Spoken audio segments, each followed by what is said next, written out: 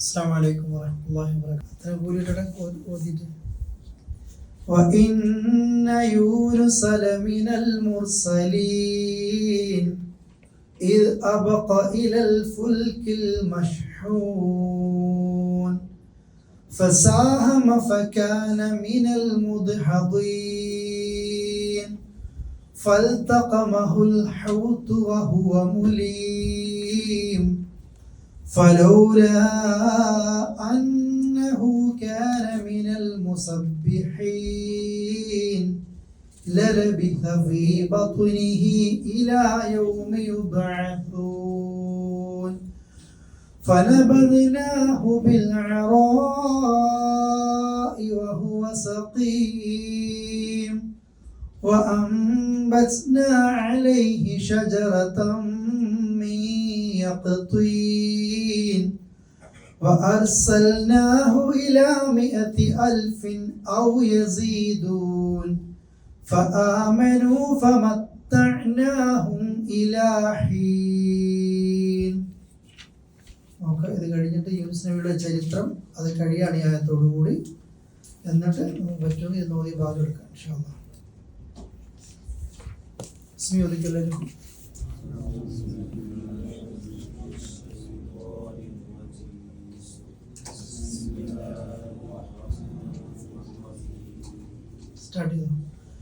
وإن يونس لمن المرسلين إذ أبق إلى الفلك المشحون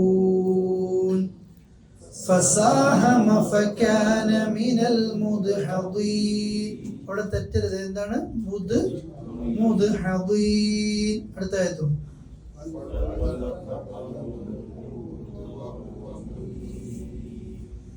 فلولا أنه كان من المسبحين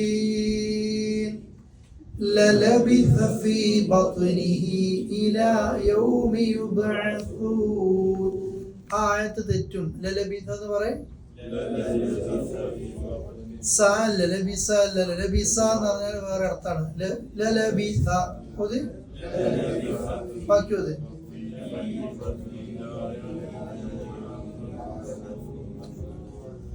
فنبذناه بالعراء وهو سقيم.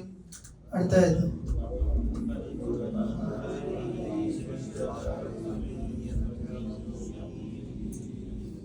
ചെറിയ മിസ്റ്റേക്കുകൾ വരുന്നത്. ഷജറതം മിൻ യഖ്തീൻ.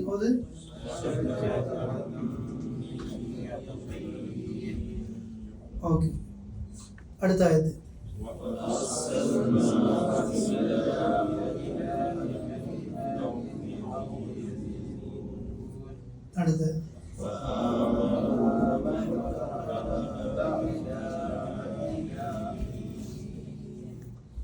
യൂനുസ് നബിയെ കുറിച്ചുള്ള ചരിത്രമാണ്. ഇറാഖിന്റെ ഭാഗം തന്നെ നീനവ എന്ന് പറയുന്ന ഒരു സ്ഥലത്ത്, അവിടെയാണ് യൂനുസ് അലൈഹിസ്സലാത്തു വസ്സലാമിന്റെ ചരിത്രം നടക്കുന്നത്. ഈ ഒരുപാട് അമ്പിയാക്കളുടെ ചരിത്രങ്ങളൊക്കെ ഒന്ന് ഈ ഇറാഖ്, ഇറാനി, സിറിയ, ഈ ഷാമിന്റെ പ്രദേശങ്ങളുണ്ടല്ലോ ആ ഭാഗത്ത്, അതുപോലെ ഒരു ഭാഗത്ത് യമന്, ഒമാന്, ആ ഒരു ഭാഗത്ത് എല്ലാം കൂട്ടി അള്ളാഹു മക്കത്തെ മുശ്രിക്കുകളോട് പറയലുണ്ട്, നിങ്ങൾക്ക് മുമ്പ് കഴിഞ്ഞ ജനതക്ക് എങ്ങനെയായിരുന്നു, നിങ്ങൾക്ക് കണ്ടില്ലേ നിങ്ങൾ, എന്നിട്ടും നന്നായി കൂടെ ചോദിക്കുന്നത്. ഇവരൊക്കെ എന്ത് ചെയ്യുന്നുണ്ട്? കാണുന്നുണ്ട്. ഓരോ ശിക്ഷകൾ കിട്ടിയതും ഇവരെന്ത് ചെയ്യും? കാണുന്നുണ്ട്. അതേ ചോദ്യം ഇന്ന് നമ്മളോട് അത് ചോദിക്കുന്നത് പോലെ തന്നെയാണ്. അന്നൊരു ഡയറക്റ്റ് കണ്ടതുപോലെ ഇന്ന് യൂട്യൂബിലായിട്ട് നിങ്ങൾ കാണുന്നുണ്ട്, ചരിത്രങ്ങൾ കാണുന്നുണ്ട്. നിങ്ങൾ എന്താ എന്നിട്ട് നന്നാകാത്തത് എന്നുള്ളത്. ഇനി യൂനുസ് നബിയെ കുറിച്ച് പറയാണ്. യൂനുസുമായിരുന്നു ലമിനൽ മുർസലീൻ, മുർസലുകളിൽ പെട്ടവൻ തന്നെയാണ് യൂനുസ് മുർസലീങ്ങളിൽ പെട്ടവൻ തന്നെയാണ്. ഇത് അബഖ, യൂനുസ് നബിയുടെ വിഷയത്തിൽ പ്രധാനപ്പെട്ട ഒരു വിഷയം എന്താണ്? ഇത് അബഖ, അദ്ദേഹം തിരക്കിട്ടിട്ട് എന്ത് ചെയ്തു? ഓടിപ്പോയി. തിരക്ക് കാണിച്ചു യൂനുസ് നബി, ഓടിപ്പോയി. അങ്ങനെ എവിടെ? കിലൽ ഫുൽക്കി, കപ്പലിൽ, അൽ മഷ്ഹൂൻ. മഷ്ഹൂനൊക്കെ നമ്മൾ യാസീൻ സൂറത്തിൽ പഠിച്ചതല്ലേ നിങ്ങളും മക്കള്? ഭാരം നിറച്ച കപ്പലുകൾ, അതാണ് മഷ്ഹൂൻ. ലോറിക്ക് എന്താ പറയല്? ഷാഹിന അല്ലേ, കാർഗോ എന്തോടെ പറയല്, ഷഹന പറയൂലേ, മൊബൈലിന്റെ എന്തിനാ പറയല്, ഷഹനെന്ത്, ചാർജ് ഭാരം നിറക്കുക, അതാണ് ഉദ്ദേശിക്കുന്നത്. ആ ഷഹന കാണുന്നില്ല മൊബൈൽ ഷോപ്പിലൊക്കെ പോയിട്ട് പറയുന്നത്, കാർഗോലു എല്ലാം ഒരേ വേർഡ് തന്നെയാണ്. അപ്പം യൂനുസ് നബി ഭാരം നിറക്കപ്പെട്ട കപ്പലിലേക്ക് ഓടിപ്പോയി. ചരിത്രം ഞാൻ പറയണ്ട. നീനവയിലേക്ക് നിയോഗിക്കപ്പെട്ട പ്രവാചകൻ ആ നാട്ടിൽ നല്ലൊരു പട്ടണമായിരുന്നു. ലക്ഷത്തോളം ആളുകളൊക്കെ ജീവിക്കുന്ന ഒരു ഭാഗം ചരിത്രകാരന്മാരൊക്കെ പറയുന്നു. യൂനുസ് നബി അവിടെ എല്ലാ നബിമാരെ പോലെയും ദൗത്യം നടത്തി, ദഅവത്ത് നടത്തി, ആരും വിശ്വസിക്കുന്നില്ല. ദേഷ്യം വന്നു, മടുത്തു പോകുകയാണ്, ഒരു മനുഷ്യൻ കേൾക്കാത്തതുകൊണ്ട്. ഈ നാട്ടിൽ നിൽക്കണ്ട എന്ന് കരുതിയിട്ട് യൂനുസ് നബി ആ നാട്ടിൽ എന്ത് ചെയ്യാണ്, പോവുകയാണ്. പോകുന്നത് ധൃതി കൂട്ടി എന്നുള്ളതാണ് ഈ തഫ്സീറിലൊക്കെ ഉണ്ടാകുന്നത്. കാരണം ഇനിയും സമയം ഉണ്ടായിരുന്നു, പക്ഷെ അദ്ദേഹം പോയി. ഫസാഹമ, അങ്ങനെ ആ കപ്പലിലാണ് ഇപ്പൊ യൂനുസ് നബി പോയിക്കൊണ്ടിരിക്കുന്നത്. ഫസാഹം, അങ്ങനെ എല്ലാവരും എന്ത് ചെയ്തു, നെറുക്കെടുത്തു. അതിന്റെ പിന്നിൽ നമ്മൾ പല കഥകളും ചരിത്രങ്ങളൊക്കെ കേൾക്കും. പിന്നെ കപ്പലിന് കരം കൂടി അരം പുറത്തിറങ്ങണം എന്തോ, ഇതൊന്നും ഖുർആനിലോ ഹദീസിലൊന്നും വന്നതല്ല. അത് ഇങ്ങനെ പിന്നെ നാവുകളിലേക്ക് കേൾക്കപ്പെടുന്ന ഒരു ചരിത്രം ശരിയായിരിക്കാം, അള്ളാഹു നമുക്കറിയില്ല. കപ്പലിന്റെ വിഷയത്തിൽ എന്ത് വന്നിട്ടുണ്ട്, നറുക്കെടുക്കേണ്ടി വന്നിട്ടുണ്ട്. ഫകാന മിനൽ മുദ്ഹദീൻ, ഫകാന അദ്ദേഹമായി പോയി. അപ്പോൾ യൂനുസ് നബി, ഫകാന യൂനുസ് നബി ആയി പോയി. മിനൽ മുദ്ഹദീൻ, നറുക്കെടുക്കുമ്പോഴൊക്കെ തോറ്റു വന്നു. ആ പേര് വരാൻ പാടില്ലായിരുന്നു, പക്ഷെ നറുക്കിലൊക്കെ ആരുടെ പേരാ വരുന്നത്, യൂനുസ് നബിയുടെ പേരാണ് വരുന്നത്. അപ്പോൾ കപ്പലിൽ നിന്ന് ചാടപ്പെടേണ്ടത് ആര് തന്നെയാണ്, യൂനുസ് നബി. മദ്രസ പഠിച്ച കഥയല്ലേ, ഞാൻ അവിടെ നിന്ന് ഇങ്ങനെ തെരഞ്ഞ് ഒരു സമയം പോക്കണ്ടല്ലോ. അപ്പൊ യൂനുസ് നബിക്കാണ് നറുക്കുകൾ വരുന്നത്.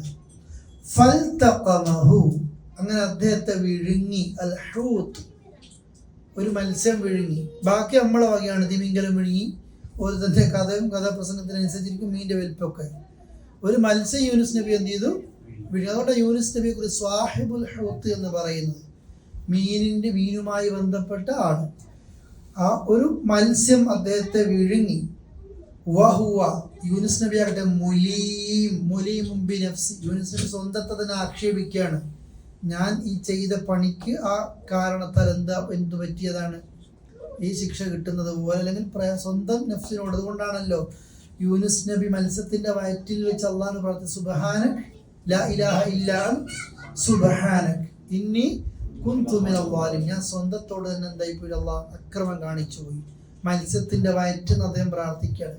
റസൂലുള്ളാഹി സ്വല്ലല്ലാഹു അലൈഹി വസല്ലം അതുകൊണ്ട് പറഞ്ഞില്ലേ, നിങ്ങൾ ദഅവത്തു ദന്നൂനിന്റെ യൂനുസ് നബിയുടെ ദുആ, ആ യൂനുസ് നബിയുടെ പ്രാർത്ഥന, ലാ ഇലാഹ ഇല്ലാ സുബ്ഹാനക ഇന്നി കുന്തു മിനൽ ളാലിമീൻ എന്നൊരാൾ പറഞ്ഞിട്ട് എന്ത് ചോദിച്ചു കഴിഞ്ഞാലും ആ വ്യക്തിക്ക് ഉത്തരം കൊടുക്കും, അല്ലാഹു തആല ഉത്തരം കൊടുക്കും.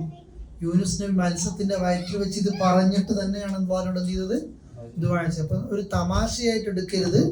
നമ്മൾക്കൊരു പ്രയാസം വരുന്ന ഘട്ടത്തിൽ പ്രാർത്ഥനക്ക് ഉത്തരം കിട്ടാൻ പല വഴികളുള്ളപ്പോൾ അതിലൊന്നാണ് യൂനുസ് നബിയുടെ ദുആ, ലാ ഇലാഹ ഇല്ലാ അൻത സുബ്ഹാനക ഇന്നി കുന്തു മിനൽ ളാലിമീൻ എന്ന് പറഞ്ഞ്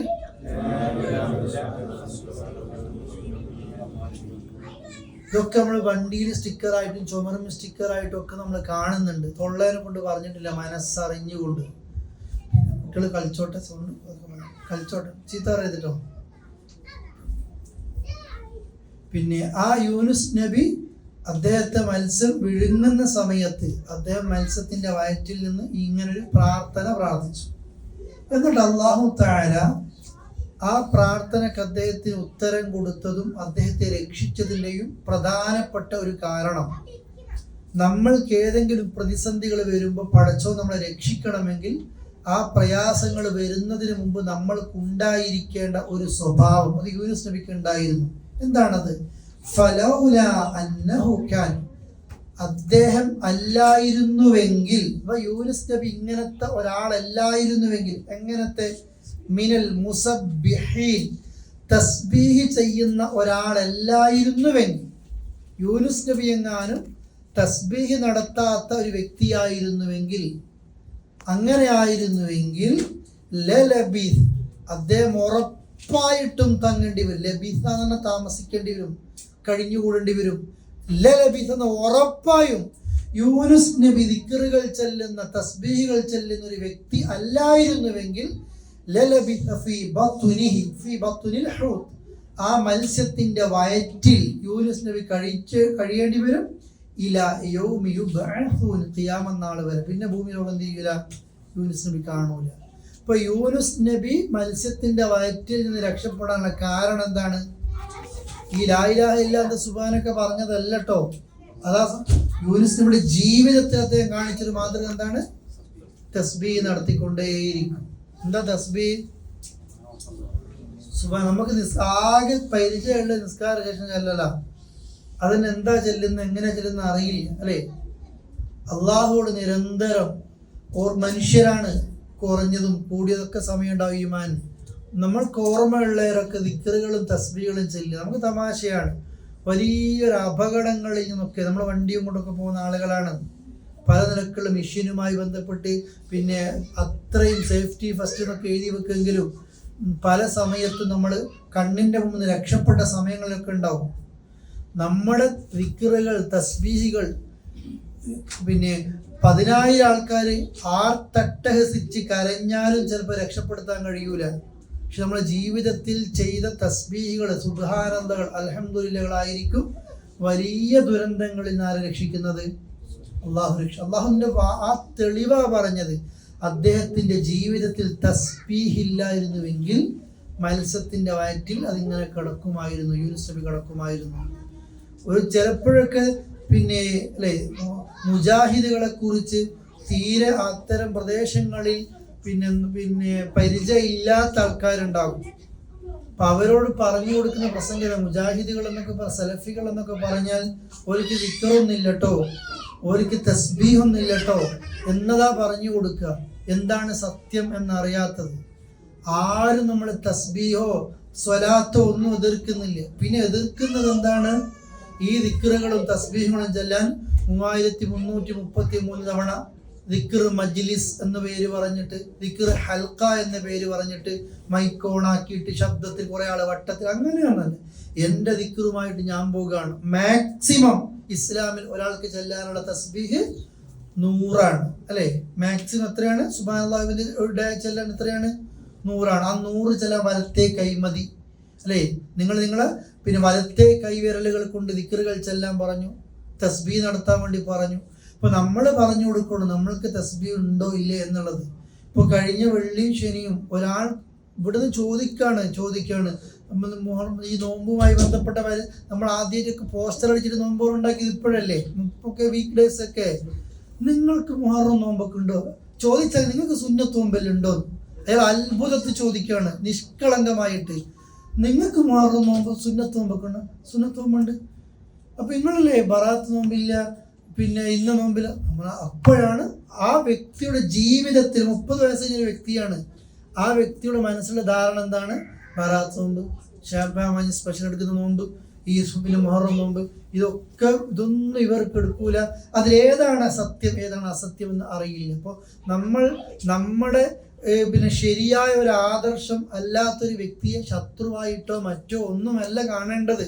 ആ വ്യക്തിക്ക് ഒരുപക്ഷെ ഒന്നുമല്ല. അത്തരം സ്ഥലങ്ങളിലൊക്കെയുള്ള പ്രചാരണം ഈ വിഭാഗത്തിന് തസ്ബീഹില്ല, സ്വലാത്തില്ല, ഉപ്പ മരിച്ച പൂച്ച ചത്ത പോലെയാ കൊണ്ടുപോവുക അല്ലെ? പൂച്ച ചത്താൽ എന്തെങ്കിലും പറയോ? അങ്ങനെ തന്നെ കൊണ്ടുപോയി കബറിലും ഇട്ടേക്കാ, കുഴിച്ചിടുകയാണ് അല്ലെ? ഉമ്മാക്കും ഉപ്പാക്കും വേണ്ടി ദുആ ചെയ്യൂല. ഇതാണ് പ്രചരിപ്പിക്കുന്നത്. റസൂലുള്ളാഹിനെ സാധാരണ എന്നല്ല പറയാ, സാധാരണക്കാരനാക്കി ഇങ്ങനെയൊക്കെയാണ് പ്രചരിപ്പിക്കുക. പക്ഷെ അത് തിരുത്തുവാൻ നമ്മൾ പോകുമ്പോൾ പറഞ്ഞു കൊടുക്കാൻ കഴിയണം. നമ്മൾക്ക് തസ്ബീഹുകൾ ചെല്ലുന്നവരായിരിക്കണം. തസ്ബീഹുകൾ എത്രത്തോളം പിന്നെ നിസ്കാര ശേഷം 100 തവണ ചെല്ലാനുണ്ട് അല്ലെ? 99 പ്ലസ് ലാ ഇലാഹ ഇല്ലല്ലാഹ് എന്നുള്ളത് 100 ആക്കണം. ഉറങ്ങാൻ കിടക്കുമ്പോൾ സുബ്ഹാനല്ലാഹ് 33, അൽഹംദുലില്ലാഹ് 33, അല്ലാഹു അക്ബർ എത്രയാണ്? 34. അലി റളിയല്ലാഹു അൻഹു പറയുന്നില്ലേ, എൻ്റെ ജീവിതത്തിൽ എനിക്ക് ഏറ്റവും വിഷമം നിറഞ്ഞൊരു ഘട്ടമാണ് സിഫീൻ യുദ്ധം നടക്കുന്ന സമയം. ഒരു ഭാഗത്ത് അലി റളിയല്ലാഹു അൻഹു ആണ്, മറുഭാഗത്ത് വഹി എഴുതുന്ന മുആവിയ റളിയല്ലാഹു അൻഹു ആണ്. റസൂലുള്ളാഹിയുടെ 2 സഹാബികൾ, 2 സഹാബത്തിന്റെ സമയം അവർ പിന്നെ ഒരിക്കലും പ്രതീക്ഷിക്കാത്ത നിലക്കൊരു യുദ്ധത്തിലേക്ക് എത്തുകയാണ്. ഫിത്ന നടത്താൻ ഉദ്ദേശിക്കുന്ന ആൾക്കാർ രണ്ടായി തിരിഞ്ഞിട്ട് അലീൻ്റെ ഭാഗത്തു നിന്നും മുആവിയയുടെ ഭാഗത്ത് അങ്ങോട്ടും ഇങ്ങോട്ടും അമ്പെറിയാൻ തുടങ്ങി. അലിയോ മുആവിയോ തുടങ്ങിയ ഒരു യുദ്ധമല്ലായിരുന്നു, പക്ഷെ ഇത് യുദ്ധത്തിലേക്ക് എത്തുകയാണ്.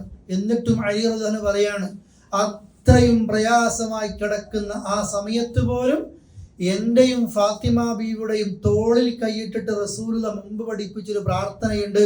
സുബ്ഹാനല്ലാഹ് 33, അൽഹംദുലില്ലാഹ് 30, അല്ലാഹു 34. ഇത് ഞാൻ സുഫി യുദ്ധത്തിന്റെ തലേന്ന് രാത്രി വരെ ഇത് ചൊല്ലിയിട്ടാണ് ഞാൻ കിടന്നത്. അപ്പോൾ അത്രയും പ്രാധാന്യമുള്ള ദിക്റാണ് ഇത്. ഉറങ്ങാൻ കിടക്കുമ്പോൾ ഈ പ്രാർത്ഥന.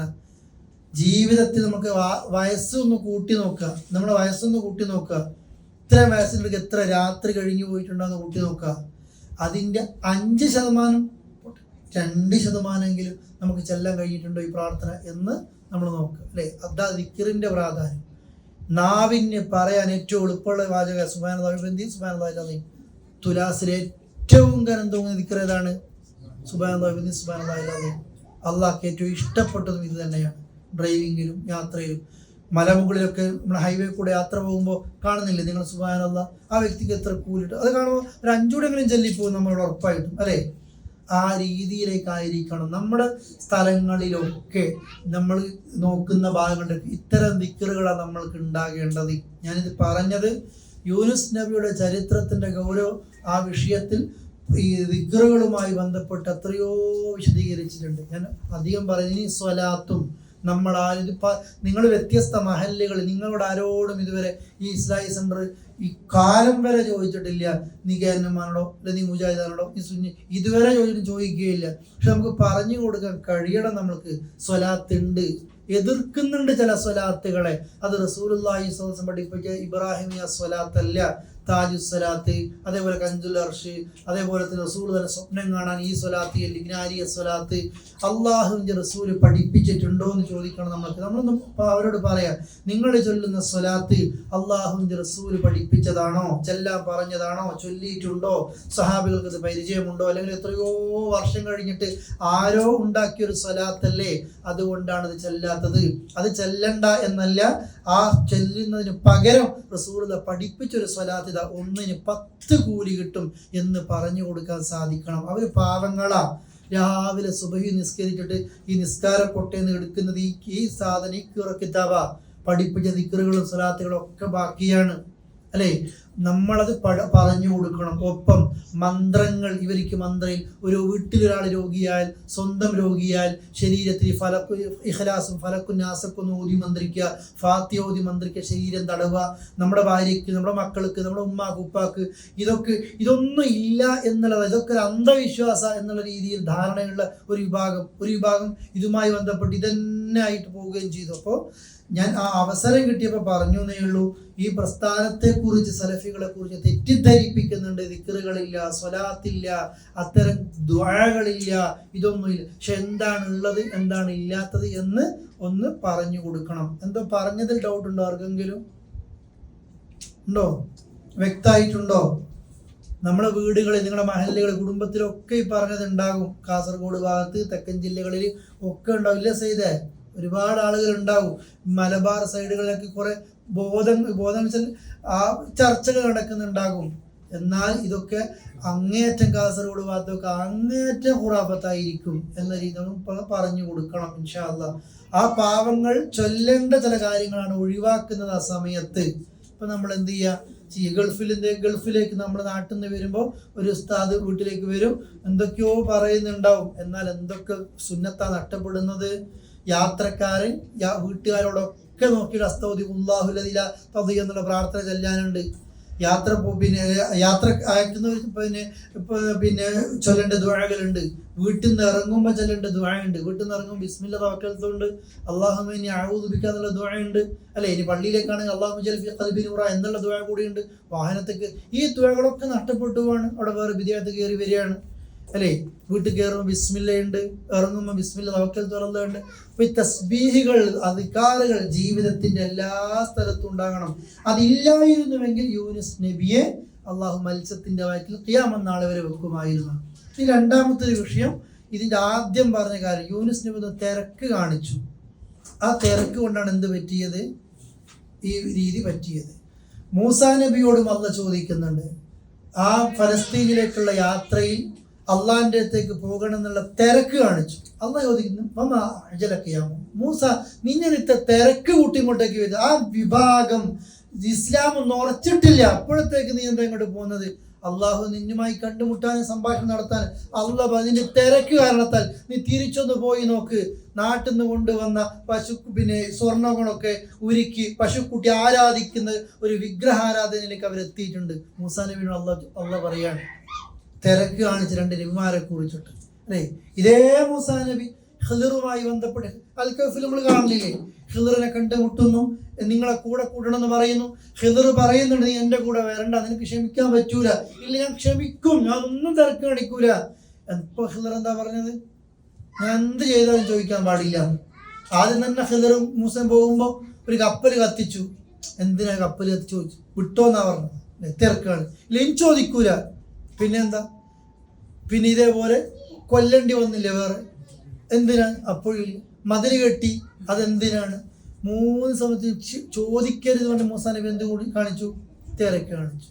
റസൂലുള്ളാഹി പറയുന്നുണ്ട്, മൂസാ നബിക്ക് അള്ളാഹു റഹ്മത്ത് ചെയ്യട്ടെ, ലൗലം യഅജൽ, അദ്ദേഹം എങ്ങാനും തിരക്ക് കാണിച്ചില്ലായിരുന്നെങ്കിൽ ആ മൂസായുടെ കഥയിൽ അള്ളാഹു തആല നമുക്കൊരു അത്ഭുതങ്ങൾ കാണിക്കുമായിരുന്നു. പക്ഷെ ആര് തിരക്ക് കാണിച്ചു? തിരക്ക് കാണിച്ചു. യൂനുസ് നബി എന്ത് കാണിച്ചു? തിരക്കാണ്. ആ തിരക്കിൻ്റെ ഒരു അപകടമാണ്. ഞാൻ മുമ്പ് ഈ വിഷയം പറഞ്ഞതാണത്. എപ്പോഴും അത് ഏറ്റവും കൂടുതൽ ബാധിക്കുന്നത് നമ്മൾ ഈ കേട്ടത് അന്വേഷിക്കാതെ പറയലാണ്. വ്യക്തിബന്ധങ്ങളും കുടുംബ ബന്ധങ്ങളും ഭാര്യയും ഭർത്താവ് കൂട്ടുകാരൊക്കെ തകരുന്നത് എന്തോ ആരോ പറഞ്ഞു, അതിപ്പുറം പറഞ്ഞു, ഒന്ന് അന്വേഷിച്ചാൽ തീരുന്ന പ്രശ്നമാണ്. പക്ഷെ തിരക്ക് കാണിക്കും നമ്മളെല്ലാവരും. സൂറത്തുൽ ഹുജറാത്തിലെ ആയത്തില്ലേ, യാ അയ്യുഹല്ലദീന ആമനൂ ഇൻ ജാഅക്കും ഫാസിഖുൻ ബിനബഇൻ ഫതബയ്യൻ, നിങ്ങൾ തിരക്ക് കാണിക്കരുത്, നിങ്ങൾ വിശദമായിട്ടൊന്ന് പഠിക്കുക. എന്തിനാ? ഇല്ലെങ്കിൽ തുസീബു ഖൗമൻ ബിജഹാലത്തിൻ വതുസ്ബിഹു അലാ മാ ഫഅൽതും നാദിമീൻ, നിങ്ങൾ ചെയ്ത അവിവേകം കൊണ്ട് അവസാനം നിങ്ങൾ ഖേദിക്കേണ്ടി വരും അല്ലേ. ഒരു ഗോത്രത്തിൽ നിന്ന് ഇസ്ലാമായി കുറേ ആളുകളൊക്കെ. ഇസ്ലാമായപ്പോൾ അവർ പറഞ്ഞു, നബി ഇനി സക്കാത്ത് പിരിക്കാൻ ആരെങ്കിലും വിട്ടേച്ചേക്കും. അപ്പോൾ സക്കാത്ത് പിരിക്കാൻ നബി ആളെ വിട്ടു. പോയ സഹാബി ഈ നാട്ടിലേക്ക് എത്തുമ്പോൾ അവരാകട്ടെ നല്ല തിളങ്ങുന്ന വാളൊക്കെ ഇങ്ങനെ പടച്ചിട്ട് ഇങ്ങനെ നിൽക്കുകയാണ്. ഈ സഹാബി തിരിച്ചുപോയി, കൊല്ലൂലേ പോയത്, ചതിക്കാൻ വേണ്ടി വന്നല്ലേ. ഇവർ ചതിയന്മാരാ, കൊല്ലാൻ വാളെടുത്ത് നിൽക്കുകയാണ്.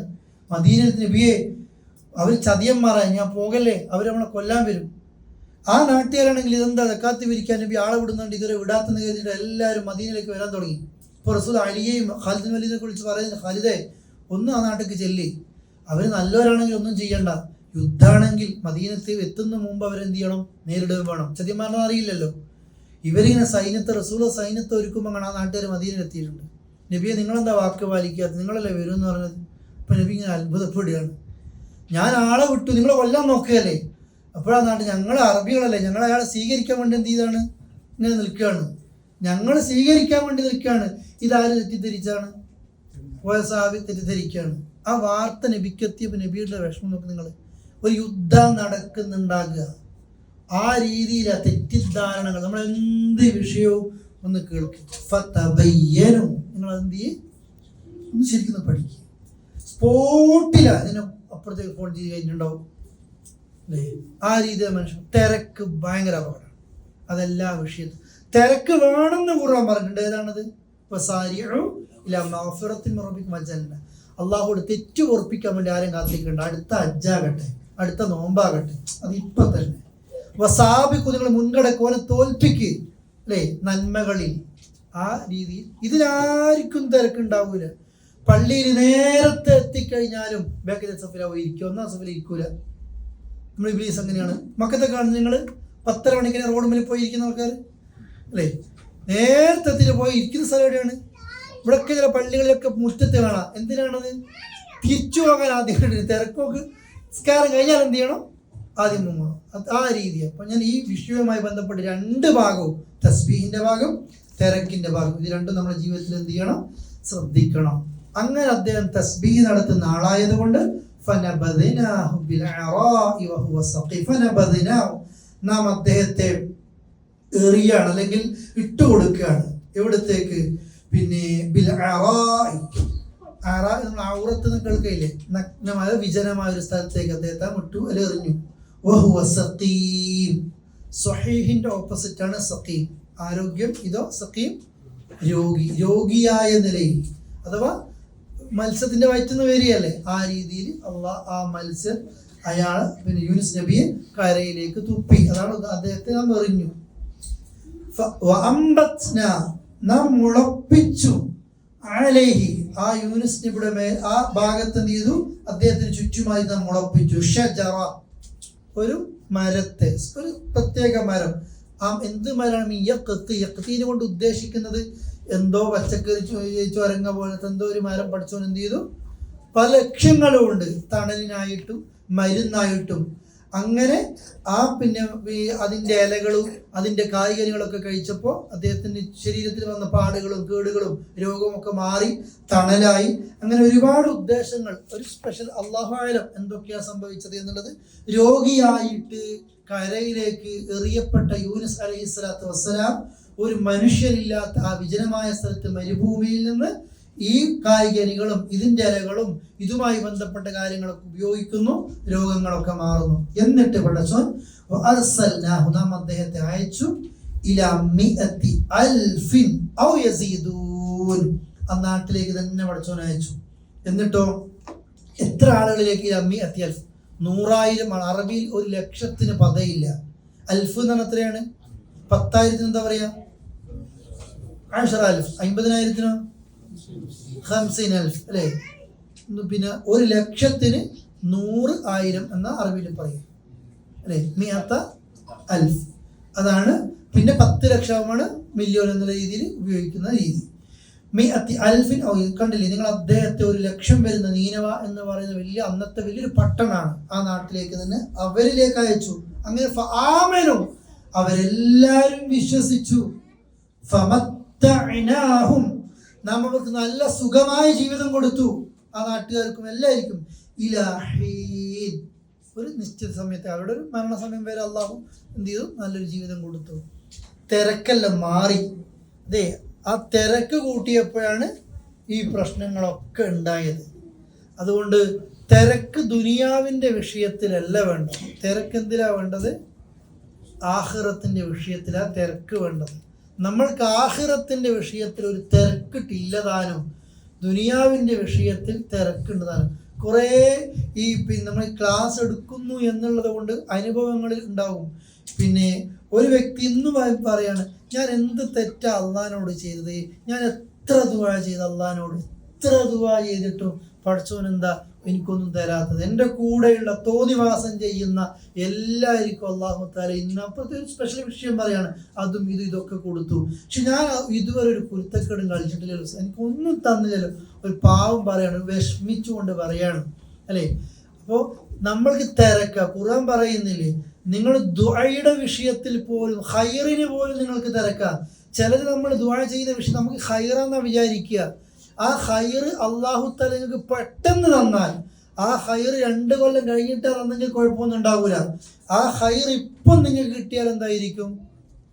അപകടമായി. ചിലപ്പോൾ ആ ഖൈർ നിങ്ങൾക്ക് വേണം, പക്ഷെ പഠിച്ച സാവകാശം. ചിലപ്പോൾ ആ വിഷയം നിങ്ങൾക്ക് വേണ്ട, നിങ്ങൾക്ക് ആ ഖൈർ തോന്നുന്നത് അള്ളാഹ്ക്ക് നിങ്ങൾക്ക് തന്നാൽ നിങ്ങൾ ഖൈർ നിങ്ങൾ നശിച്ചു. നിങ്ങൾ അതുകൊണ്ടാണ് യൂസുഫ് അലി ആക്കാത്തത് പഠിച്ചോൻ, നിങ്ങളായ കേടായി പോകും അല്ലേ, അള്ളാഹ് തരൂല. അതുകൊണ്ട് പഠിച്ചോർക്ക് ഇഷ്ടമില്ലാത്ത കൊണ്ടല്ല, നന്മയിൽ അല്ലേ. ഇബ്രാഹിം നബിക്ക് 80 കൊല്ലം കഴിഞ്ഞിട്ട് കുട്ടീനെ കൊടുക്കുന്നു, തഫ്സീറിൽ അങ്ങനെ കാണുന്നു. 100 വയസ്സ് കഴിഞ്ഞ് സക്കരിയ നബി അള്ളാഹുവിനോട് ദുആ ചെയ്യുന്നു, അപ്പോഴൊരു കുട്ടീനെ കൊടുക്കുന്നത് അല്ലേ. എൻ്റെ എല്ലാം തീർന്ന് ഒരു കുട്ടി ആകൂല, എല്ലാം തേയ്മാനം വന്നു പോയി. നോക്കൂ നിങ്ങൾ, അള്ളാഹ് എന്നിട്ടാ കുട്ടീനെ കൊടുക്കുന്നത്. മൂസാ നബിക്ക് അത് എത്ര കാലം ദുആ ചെയ്തിട്ടോ പ്രാർത്ഥനയ്ക്ക് ഉത്തരം കൊടുത്തത്. ഒരുപാട് അമ്പിയാക്കൾക്ക് പോലും അങ്ങനെയാ. നമ്മൾക്ക് എല്ലാത്തിലും തിരക്കാം. ആ തിരക്കാണ് മൂസാ നബിയുടെ വിഷയം, അതേപോലെ യൂനുസ് നബിയുടെ വിഷയം, ഇതൊക്കെ ഉണ്ടാകാം. അപ്പോൾ ദീനിന്റെ വിഷയത്തിൽ നമുക്ക് എന്ത് വേണം? തിരക്ക് വേണം. നാളെ വെള്ളിയാഴ്ചയാ. സൂറത്തുൽ ജുമുഅയിൽ ആയത്തുണ്ട്, ഇദാ നൂദിയ ലിസ്സലാത്തി മിൻ യൗമിൽ ജുമുഅ എന്താ ഫസ്അഉ എന്ന് പറഞ്ഞാൽ എന്താ? തിരക്ക് കാണിക്കും. വെള്ളിയാഴ്ച വിളിച്ചാൽ ബാങ്ക് കൊടുത്ത് വിളിച്ചാൽ ഒറ്റ ഇപ്പം അന്നേരമെല്ലാം തിരക്ക് കാണിക്കും. പള്ളിയിലുള്ള സ്ഥലം കിട്ടാൻ വേണ്ടിയിട്ട്, മുകളിലെങ്കിലും കിട്ടാൻ വേണ്ടിയിട്ട്, അതെല്ലാം തിരക്ക്. ഇഖാമത്ത് കേട്ടാൽ പോലും പള്ളിയിലേക്ക് പോകേണ്ടത് നടന്നിട്ട് ബിസ്സക്കീന അല്ലെ, ശാന്തമായി പോകണം. വല നിങ്ങൾ ഇഖാമത്ത് കെട്ടി പള്ളിയിൽ പോകണമെങ്കിൽ തിരക്ക് കാണിക്കരുത്. പള്ളിയിൽ പോകുമ്പോൾ നിങ്ങൾ സക്കീനയോടെ, ശാന്തതയോടെ, വഖാറോടെ പോകണം. എന്നിട്ട് കിട്ടിയത് നിസ്കരിക്കുക, കിട്ടാത്തത് ഫാത്തിഹ നിങ്ങൾ പൂർത്തിയാക്കിയാൽ മതി. പിന്നെ എന്താ ഈ തിരക്ക് കാണിക്കാന്ന് പറഞ്ഞാൽ, നാളെ വെള്ളിയാഴ്ച എന്ന് പറഞ്ഞു കഴിഞ്ഞാൽ ആദ്യം തന്നെ എന്ത് ചെയ്യണം? ഒരുങ്ങണം.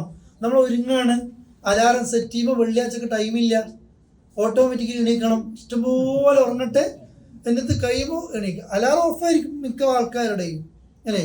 എന്നിട്ട് നിങ്ങൾ മലയാളീസ് നോക്കി നോക്ക്, ഈ മുസല്ല തോളിലിട്ടിട്ട് ഓരോരുത്തരുടെ തോളിൽ കൂടെ ഇങ്ങനെ കളിക്കുന്നുണ്ടാവും. എന്താ വെള്ളിയാഴ്ച തിരക്ക് എന്ന് പറഞ്ഞാൽ എന്താണ്? ജീവിതത്തിൽ എപ്പോഴെങ്കിലും നമ്മൾ മദ്രസയിലൊക്കെ പഠിച്ചിരുന്നല്ലോ, ഒട്ടകത്തത്, പിന്നെ പോത്തിനറുത്ത് മൂരിനറുക്കുന്നത്, പിന്നെ അതേപോലെ തന്നെ പിന്നെ ആടിനറുക്കുന്നത്, കോഴിനറുക്കുന്നത്, കോഴിമുട്ട അറുത്ത് ഇതൊക്കെ ദാനം കൊടുക്കുന്നു. നമ്മൾ പഠിച്ചിട്ടുണ്ട്. അതിൻ്റെ ബാക്കിൽ എന്താ പഠിച്ചത്? ഇമാം മെമ്പറിനെ കയറി കഴിഞ്ഞാൽ എന്ത് ചെയ്തു? മലക്കൾ ഏട് കൂട്ടിയിട്ട് ഖുത്ബ വെക്കാൻ വേണ്ടിയിരിക്കും. പിന്നെ വരുന്ന രജിസ്റ്ററിൽ ഉണ്ടാവില്ല. നമ്മളെപ്പോഴും ഉണ്ടാകുന്നൊക്കെ എപ്പോഴെങ്കിലും നമ്മൾ ഈ തിരക്ക്, ഒരു വെള്ളിയാഴ്ച എപ്പോഴെങ്കിലും ഒരു തിരക്ക്. നമ്മൾ മനുഷ്യരാണ്. ഇതൊക്കെയാണ് തിരക്ക് എന്ന് അറിഞ്ഞു കഴിഞ്ഞാൽ ഞാൻ എന്നോടും നിങ്ങളോടൊക്കെ പറയാണ്.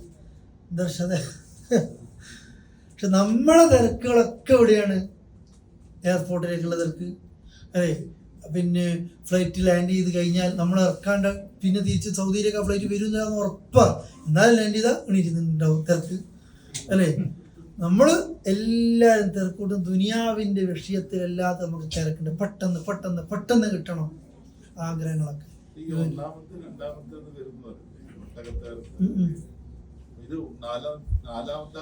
നാലാമത്തെ ആള് അത് സമയമാണ്. നിശ്ചിത സമയം വരെ ഒട്ടകത്താർത്ത് ദാനം ചെയ്ത കൂലി. അല്ലാതെ 5 ആൾ ഒന്നിച്ചങ്ങ് വന്നാലല്ലേ. നിശ്ചിത സമയം ആ പള്ളിയിൽ ആ കൂലി ഉണ്ടാവും. രണ്ടാമത് നിശ്ചിത സമയം ഉണ്ടാവും. നമ്മളിനി അതിൻ്റെ ഒട്ടകവും ദാനം കോഴി മുട്ടനെല്ലാം ഇങ്ങനെ ആലോചിക്കാതെ നാളെ നേരത്തെ പള്ളിയിൽ എത്തിച്ച് നമ്മൾ എന്ത് ചെയ്യുക? നമ്മൾ ആലോചിക്കും. നോക്കി നോക്ക് നിങ്ങൾ, പള്ളിയിൽ ജുമക്കൊന്ന് നേരത്തെ വരാറെല്ലാം ഉണ്ടാകുക എന്നുള്ളത്. ഇതിൽപ്പെട്ട ചില ആൾക്കാരൊക്കെ കാണുന്നുണ്ട്, ചിലരൊക്കെ കാണും അങ്ങനെ നിൽക്കുന്നതൊക്കെ. നമ്മൾ ആവശ്യങ്ങളൊക്കെ നമ്മൾ ഉറങ്ങുക, കാര്യങ്ങളൊക്കെ ചെയ്യുക. പക്ഷെ നമ്മൾ പോവുക അല്ലേ വെള്ളിയാഴ്ച.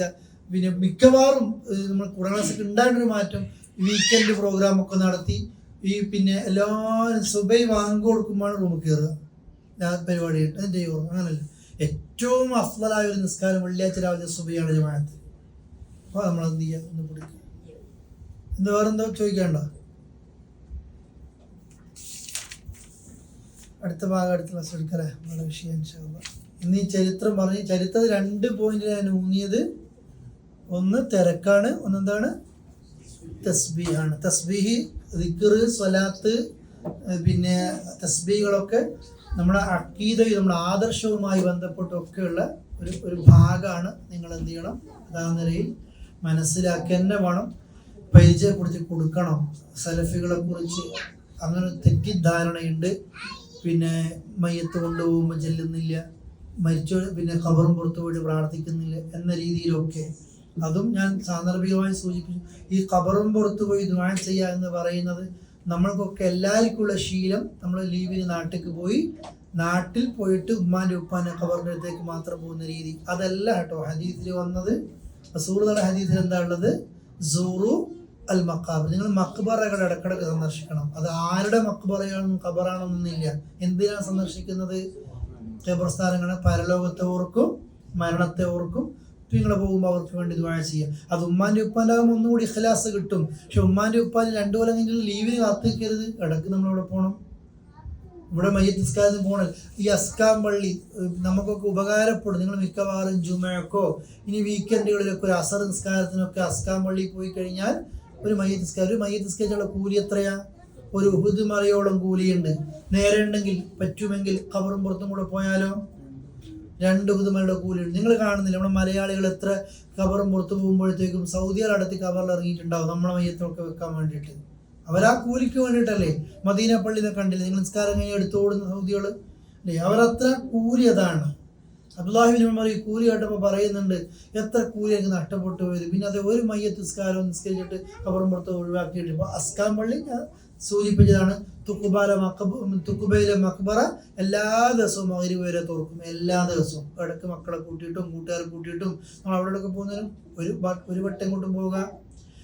വേറെ മയ്യത്തൊന്ന് നമ്മൾ അതിൻ്റെ കൂടെ നല്ലാത്ത നിങ്ങൾ പോയി നോക്കി ഇടക്കൊന്ന് പോയി നോക്കി, കാറൊക്കെ ഉള്ള ആൾക്കാരല്ലേ, ആടെ സർവീസ് കൊടുത്ത കാറ് തൊട്ടപ്പുറം നിങ്ങൾ കാണും ചുറ്റും നിറയെ കബറുകൾ. നമ്മളെപ്പോലെ പിന്നെ സുഖിച്ച് ജീവിച്ചവരും സുഖിച്ച് ജീവിക്കാൻ ഇഷ്ടമുള്ളവരും നല്ല സാലറി വാങ്ങിയ ആൾക്കാരും നമ്മളെക്കാൾ ശുചായുള്ള ആൾക്കാരും ഇന്ന് മണ്ണിൽ എന്ത് ചെയ്യുന്നുണ്ട്, കിടക്കുന്നുണ്ട്.